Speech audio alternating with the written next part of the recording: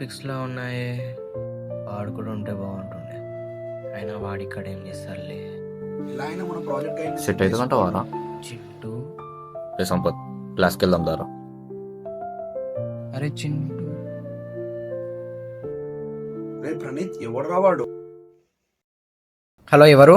Hello, అరే నాని, నేనురా అమ్మని. అమ్మా చెప్పు. నాని, రేపు కృష్ణాష్టమి కదరా. తెలుసు. అయితే నువ్వు కూడా ఇదే రోజు పుట్టినవురా. అయితే రేపటితో నీకు 20 years నిండుతాయి.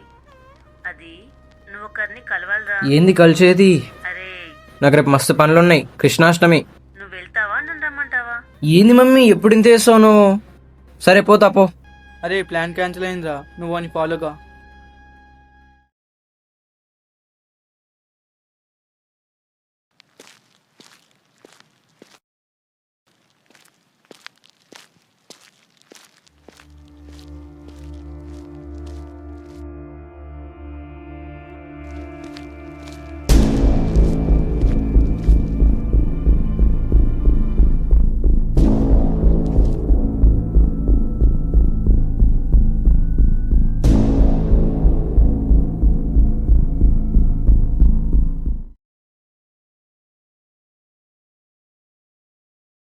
హలో మమ్మీ, కాదు నిన్న రమణగడికి ఎవరో వస్తున్నారు. ఏంది నిన్న వేసి నువ్వు కాదా? మరెవరు?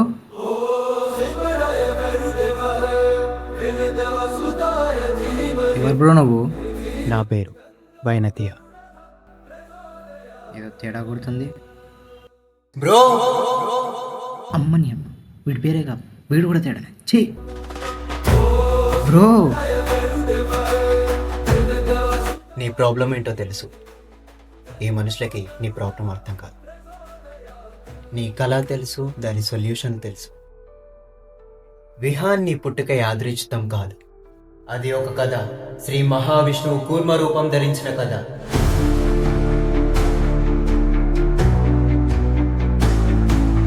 ఆ శంకరుడు హాలాహాలం తాగిన కథ.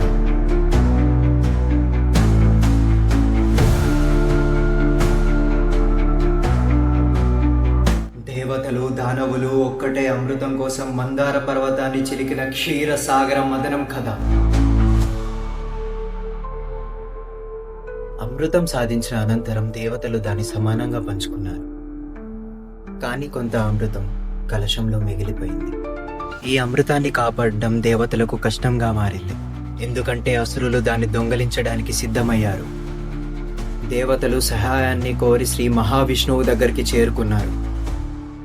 అప్పుడు శ్రీ మహావిష్ణువు తన దివ్య దృష్టితో, నా పోలికలతో ఒక మానవుని సృష్టించండి. అతను 20 ఏళ్ల తర్వాత మాత్రమే అమృతాన్ని తీసుకోగలుగుతాడు అని చెప్పారు. శ్రీ మహావిష్ణువు ఆదేశానంతరం బ్రహ్మదేవుడిని ఆత్మని సృష్టించి భూమిపైకి పంపాడు. ఇది నీ పుట్టుక. నీకు నాకేం సంబంధం బ్రో? అది నీకు త్వరలో తెలుస్తుంది మిత్రమా. అమృతం ఎక్కడుంది bro?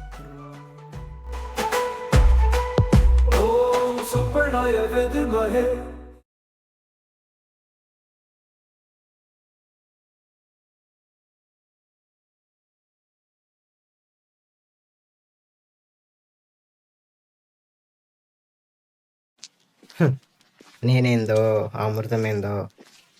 Oh my God, it's a medical miracle. Nani,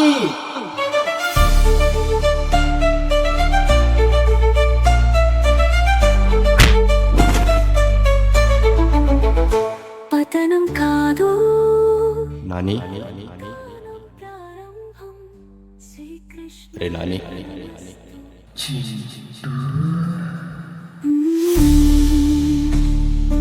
Nani.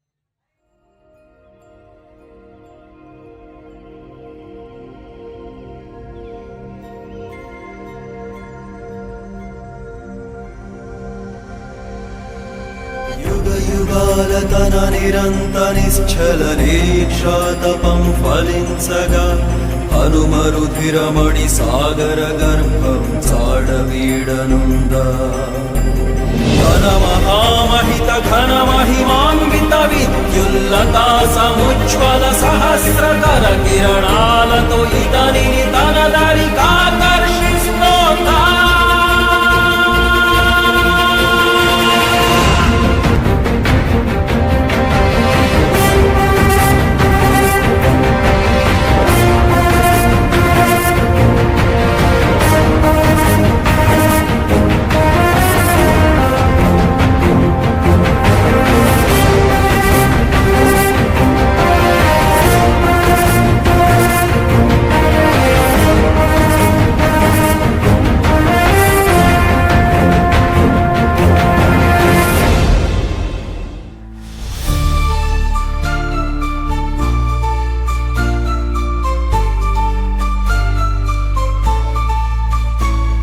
విహాన్ని వైపు దైవం కన్నీరు చిందించనట శ్రీహరే శరణమహం